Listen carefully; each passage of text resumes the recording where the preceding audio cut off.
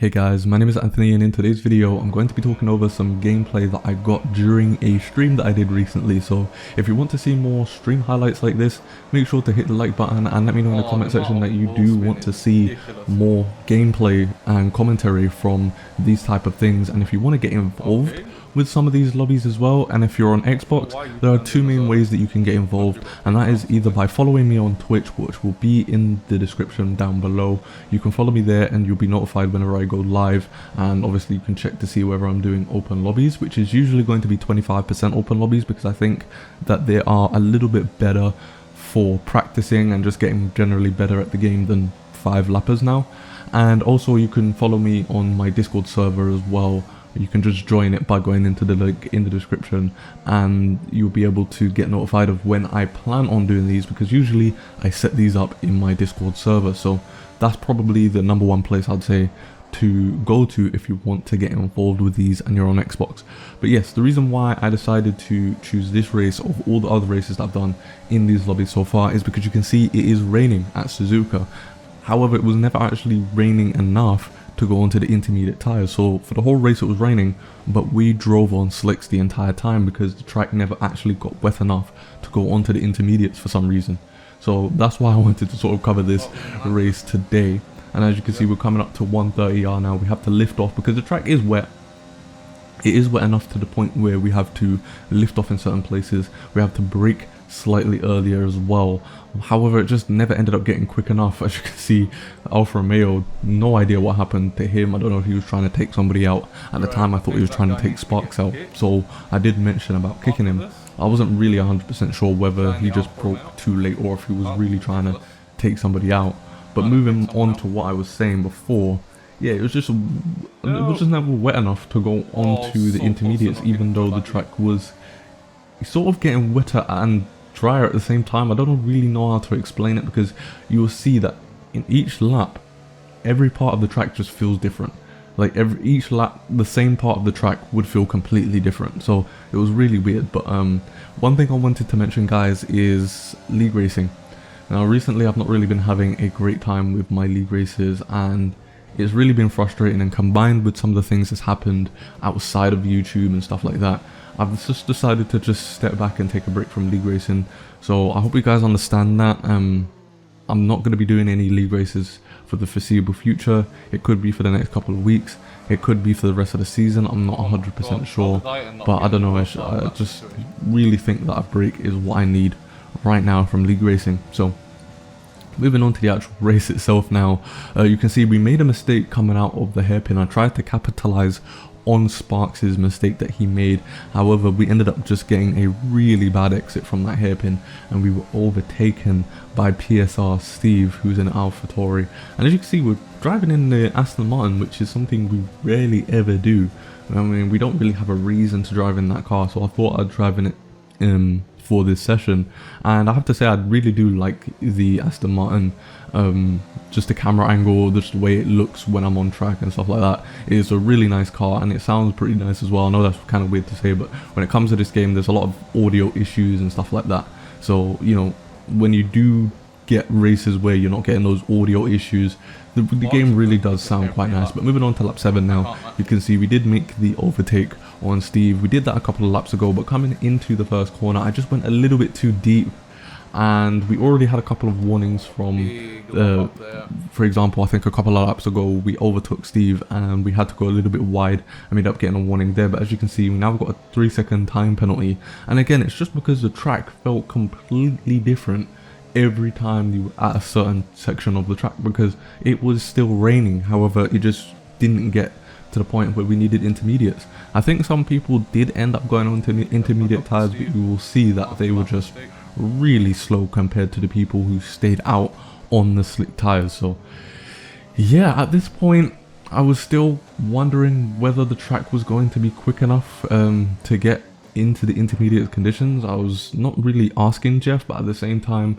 I was still listening out just in case Jeff did end up saying, because usually when it gets to the point that, you know, it's time to go into the intermediates, Jeff will start just talking to you by himself, just letting you know that they've got a new strategy for you and stuff like that. However, that never happened here, so at this point I was really just checking the delta just to make sure that the track wasn't slowing down. However, it just never was, and we're going to check the second sector here.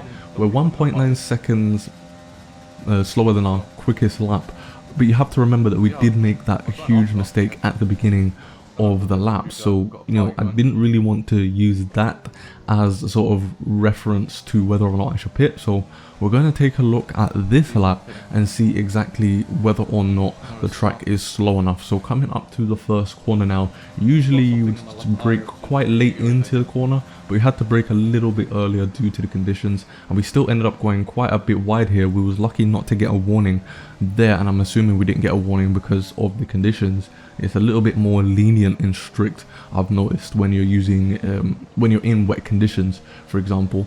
So coming up to the end of the S's now, trying to get the traction down as soon as we can. This corner is difficult, especially in these conditions. As you can see, the Mercedes ended up making a mistake there. As we look at the sector time, we're only 3 tenths down on our quickest lap, so the track still isn't really slowing down all that much.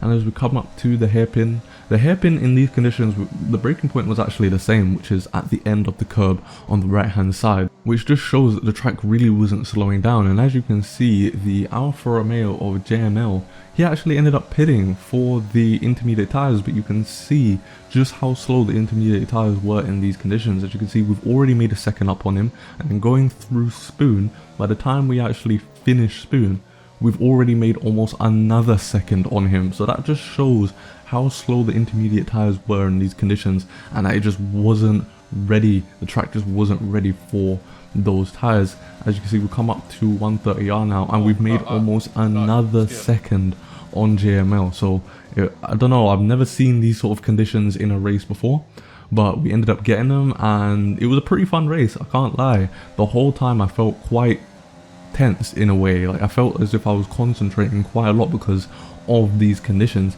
And I think Sparks now at this point, he was finding his feet in these conditions. As you can see, he's now 5 seconds up the road from both me and PSR Steve, and this whole time I was just focused on PSR Steve at this point, because I knew that it was going to be very difficult to catch Sparks up now that he started to find his feet in these conditions. I wanted to try and get second place. Obviously it was going to be quite a tall task, because not only did I need to overtake Steve, but I also needed to pull a 3-second gap on him because of the penalty that we received the other lap there. So it was going to be a tall order, but I felt as if I can do it depending. But as you can see, we just kept getting warnings, because like going through that really sharp right-hander, it was really hard to keep the car controlled on the track whilst throwing the car in, because you still needed to throw the car in order to just carry the maximum amount of speed that you could. However, because of the conditions, obviously the car did slide a little bit more. As you can see, we passed in a lot of ghosted cars. I think people just ended up giving up because of the conditions.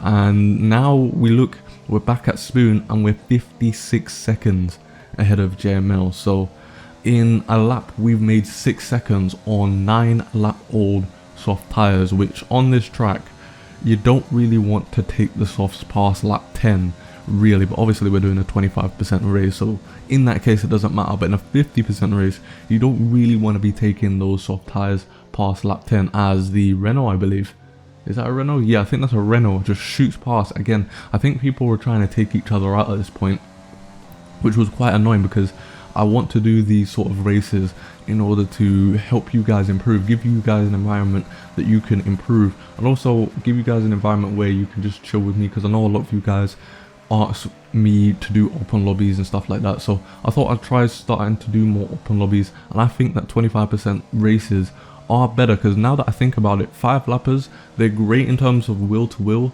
but in terms of, you know, tire wear and just being able to drive on different compounds of tires, it doesn't really make sense to be able to use 5 lappers as sort of a way to improve. It's better to use 25% races, because even though they're a little bit longer, it still gives you that experience that just time trial and 5 lappers just wouldn't be able to give you, especially in races like this. You know, I felt as if I definitely improved a little bit in wet conditions, because it gave me that valuable practice of being able to drive on a track that is slowly getting wetter and wetter on those slick tires. And I do think that having a setup would have probably provided a little bit more value, because in a league race, if you find yourself in these conditions, obviously you would have a setup on. But even though we were using a preset setup, I definitely think that this gave me a lot of value from doing this sort of race. And I definitely think that if you want to improve, definitely do 25% races. Obviously you can still do 5-lap races, that's still fine, because it still gives you value in terms of like wheel to wheel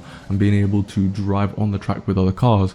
However, I definitely think 25% races will provide a lot more value. As you can see, we've now got about 50% tire wear, and just to check on JML, who is on intermediate tires, he's now 1 minute and 6 seconds behind us. So even though we're on 11-lap old tires now, it's still the tire to be on, to be honest with you, in these conditions.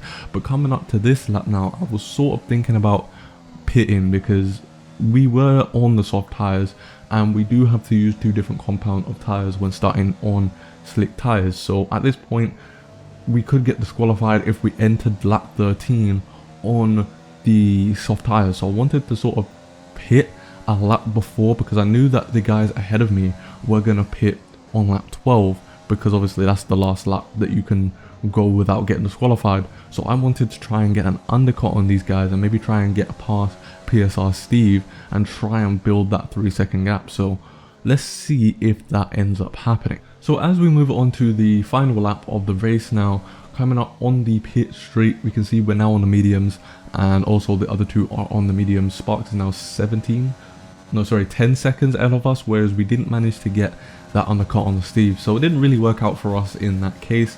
So I knew at this point we're going to finish in 3rd, because even if we pass him, he would have to make a mistake in order for us to pull that 3-second gap. So at this point, whether I pass him or not, I'm probably going to finish in 3rd place, which was good obviously, but at the same time I did want to pass him and finish in 2nd place behind Sparks, who was already 10 seconds up the road. So obviously he was going to win this race.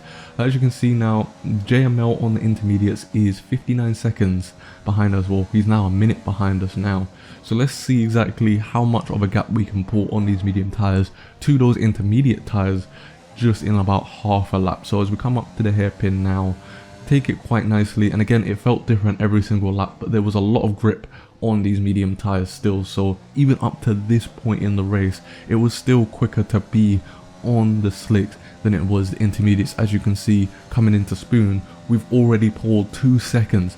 So in about a third, not even a third of the lap, in fact, in about a quarter of the lap or a fifth of the lap, we've already pulled 2 seconds on the guy who's on the intermediates. So as we come up to 130R now, I think I was gaining a little bit more confidence as the race went on. As you can see, we basically take that flat out and braking just before the 50-meter board now as we come up to the end of the race, and we've already made another 2 seconds on JML. So yeah, pretty crazy race in that regard. I wasn't expecting it, and it was definitely a lot of fun to race, and it provided a lot of value in terms of practice for all of us who managed to finish the race. So that's going to be it for this video. If you enjoyed it and you want to see more content like this, make sure to hit the like button and stick around by subscribing to the channel if you're new, and I'll see you guys in my next video.